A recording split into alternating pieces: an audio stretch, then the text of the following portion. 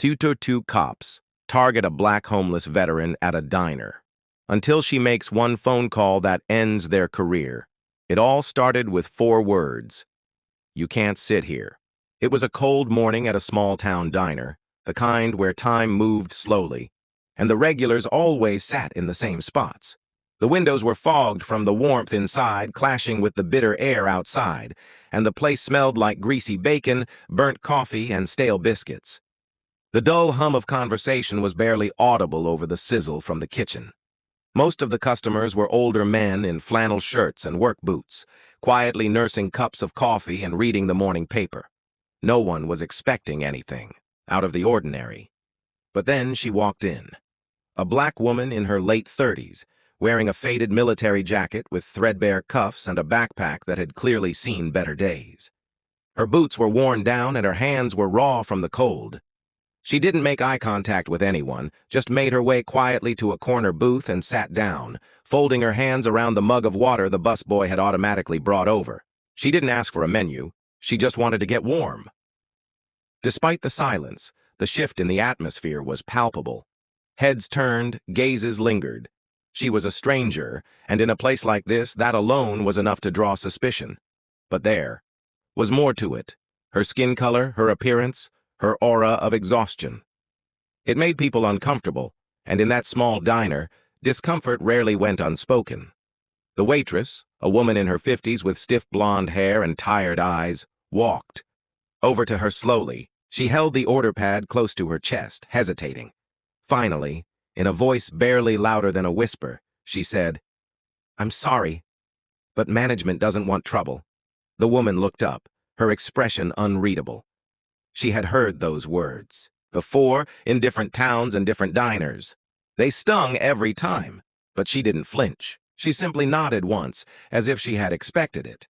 Before she could stand or respond, the door opened again with a jingle of the bell, and 2 local police officers stepped inside. They walked with the kind of confidence born from being well known in a place like this, the kind of men who knew they didn't need to explain themselves. Their eyes scanned the room and locked onto her instantly. They didn't ask any questions. They just moved toward her table like it was already decided. "Ma'am," one of them said, his tone firm but not aggressive. "We've had some complaints. We're going to need you to come with us." She looked up again, this time slower, steadier. Her voice, when it came, was calm and measured. "I served this country. Twice.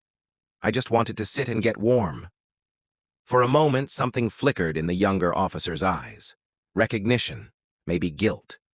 But it passed quickly. "Please," he said, glancing at his partner. The room was silent. No one spoke. No one intervened. And as they led her out into the cold morning, the bell over the door jingled one more time, and then everything went back to normal. One officer slammed his palm hard on the table, making the silverware rattle. And the few customers in the diner jump. "ID! Now!" he barked. There was no greeting, no explanation, just force and authority. The woman, still sitting in the corner booth, didn't flinch. Her eyes rose slowly from the table to meet his. Calm, steady. Her voice was low but clear. "Why?" she asked. "Am I being charged with something?" The second officer chuckled, arms crossed over his chest, already sizing her up like she was a problem he'd already solved. "You're loitering," he said, his voice dripping with smug satisfaction. "Causing a disturbance." That caught the attention of a few patrons. Heads tilted, eyes narrowed. A disturbance? She hadn't even spoken since she walked in. She hadn't approached anyone, hadn't raised her voice, hadn't made a scene. All she'd done was sit down, hoping to warm up, maybe get a cup of coffee, maybe even plug in her phone for a few minutes. But she was homeless and black. And that, apparently, was enough to be labeled a threat. The waitress lingered nearby, her order pad held uselessly against her apron, eyes darting between the officers and the woman. She didn't say anything. She didn't need to. The look on her face said it all. Fear, guilt, maybe shame. The woman exhaled slowly, her breath steady despite the tension building in the room. She looked around, scanning the faces of those who were watching but saying nothing. Then she turned back to the officers. "I'm not breaking any laws. she said firmly. I haven't done anything wrong. Doesn't matter, the first officer replied, shifting his stance. You've been asked to leave. By who? She asked. By management, the second officer snapped. And now by us. That's when she reached slowly into her backpack. The officer's hands moved, instinctively to their belts. Not because she had done anything aggressive, but because of what they thought she might do. Because of fear. Because of assumptions. But she didn't pull out a weapon. She pulled out her phone. She held it up. Not threatening, just deliberate. Her eyes didn't waver. You really want to do this? She asked, looking each of them in the eye. The smirk returned to the first officer's face, but it didn't reach his eyes. He was watching her closely now, trying to decide how far he could push. Then she made one phone call. She spoke quietly, professionally, gave her name, her military ID number, described the situation, mentioned the officers' names from their badges. Within minutes, everything changed. Her call hadn't been to a lawyer. It had been to the Department of Veterans Affairs, and they weren't the only ones she contacted. She had connections, fellow vets, advocates, and she knew her rights. By the time she hung up, she wasn't just a woman in a booth anymore. She was a witness, and the whole diner was watching. With calm, unshaken confidence, the woman scrolled through her contacts and tapped a name near the top of the list. Her hands didn't tremble. Her voice didn't waver. She knew exactly what she was doing. The phone rang once, twice. Then a man answered. Sir, this is Sergeant Jackson, she said, her voice firm, professional. I need you to hear something. She placed the phone on the table, turned on speaker, and let the silence fill the space. The officers stood frozen, the authority they had clung to just moments before now beginning to slip through their fingers. The voice that came through the speaker was unmistakable, deep, commanding, practiced. It didn't ask questions. Sergeant Jackson, the man said. Report. This morning I walked into a diner to warm up. I've done nothing wrong. I was approached by 2 local officers demanding my ID and telling me to leave. I need you to hear how they're treating me. There was a pause, then the sound of movement, the rustle of fabric, the tapping of keys, as the man on the other end began to process what he was hearing. That man was not just anyone. He was a U.S. Army general, her former commanding officer, a man who had led troops into battle, a man who had written her commendation letters, a man who remembered her not as a homeless woman, but as the soldier who had once saved lives. In a combat zone under heavy fire, his voice when it came again had shifted. It was steel. Officers, the general said, his voice booming through the tiny speaker like it came from the heavens themselves. You're speaking to a decorated war veteran. She served with distinction under my direct command. What you're doing is unacceptable and disgraceful. You're making a serious mistake. The first officer opened his mouth, as if to protest, but before he could utter a word, the general cut him off. I suggest you back away from that table. Now, I will personally contact your police chief, your mayor, and your state's Veterans Affairs director. And if this continues, if you lay a single finger on her, I will make sure this ends today. Do I make myself clear? The entire diner had gone silent. Even the cooks had stopped clanging pans in the back.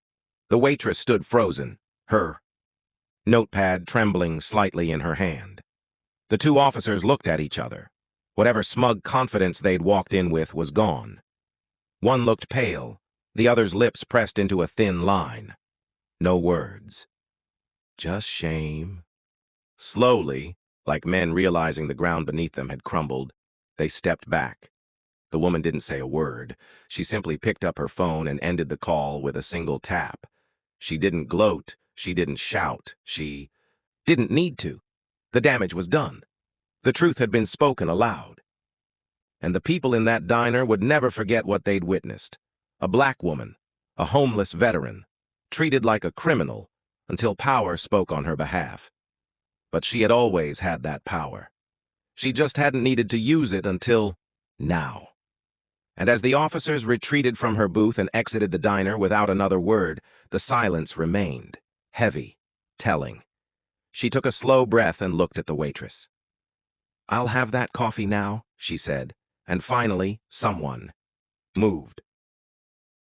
Word spread fast. Within an hour, half the town had heard what happened at the diner that morning. Cell phone videos started surfacing on social media, shaky, grainy clips showing the moment the officers confronted the woman, the tension in their voices, and the calm, measured way she handled them. More importantly, they captured the moment that powerful voice rang out from her phone speaker.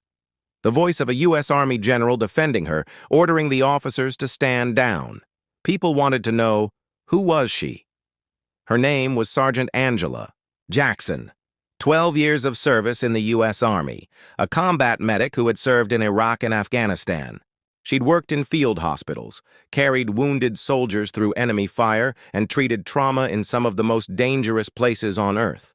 She had saved lives under impossible conditions and was awarded the Bronze Star for her bravery. But when she returned home, the battle didn't end. Like so many veterans, Angela fell through the cracks of a broken system. PTSD haunted her nights. The resources she was promised, therapy, housing, stability, came in fragments, if at all. Bureaucratic delays, denied benefits, and the quiet indifference of a society that thanked her for her service, but forgot to follow through. Eventually, she lost her apartment, then her job, then the rest of her support system. Still, she never lost her pride or her strength. Even in worn boots and an old army jacket, she carried herself with the same resolve she had on the battlefield. She didn't ask for pity. She didn't beg. She just kept going.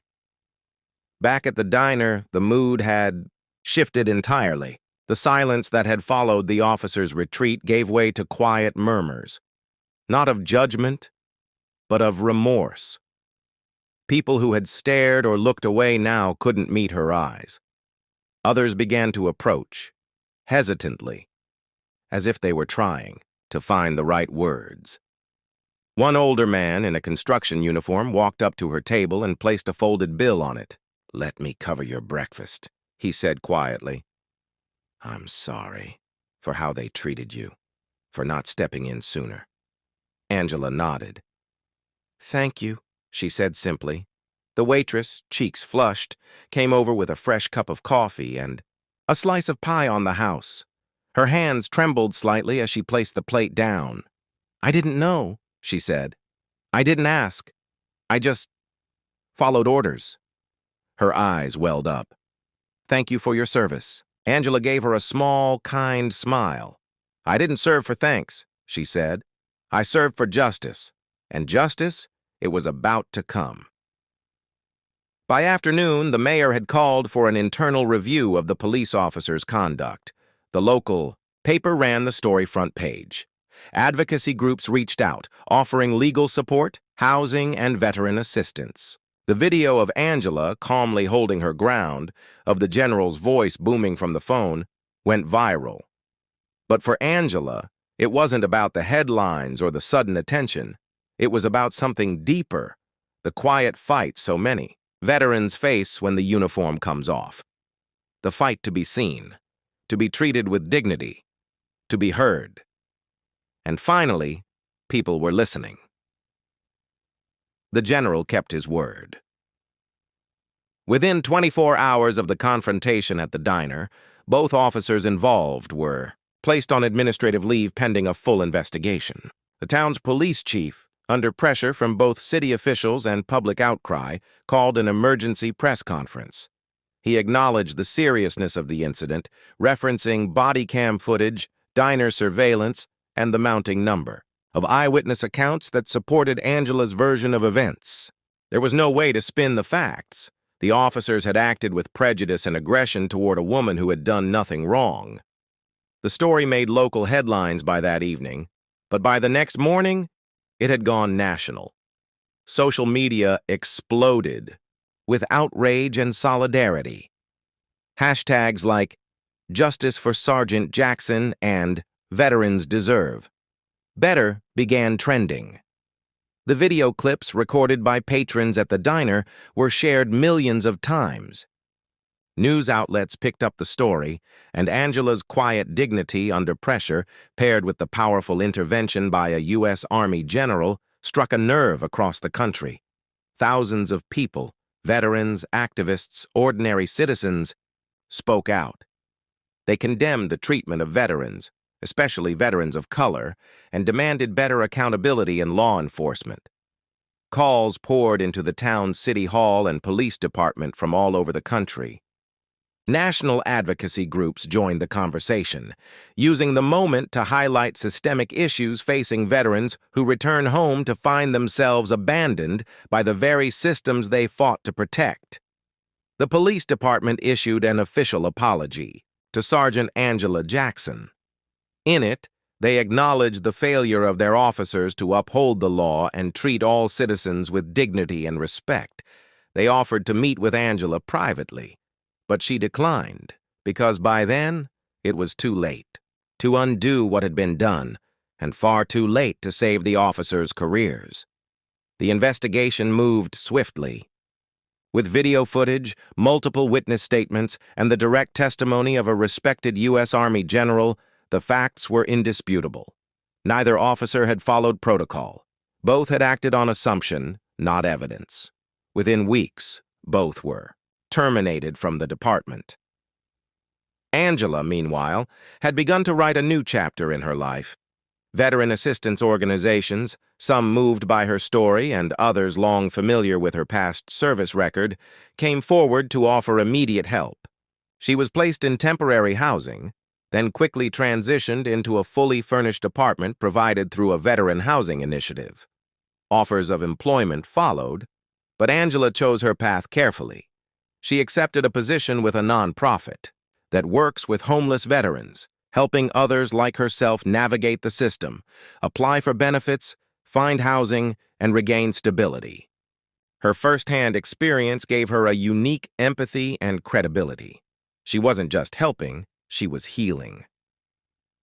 A GoFundMe campaign started by a local resident, originally meant to buy her meals and warm clothes, quickly surged past its modest goal. In less than a week, it raised over $100,000.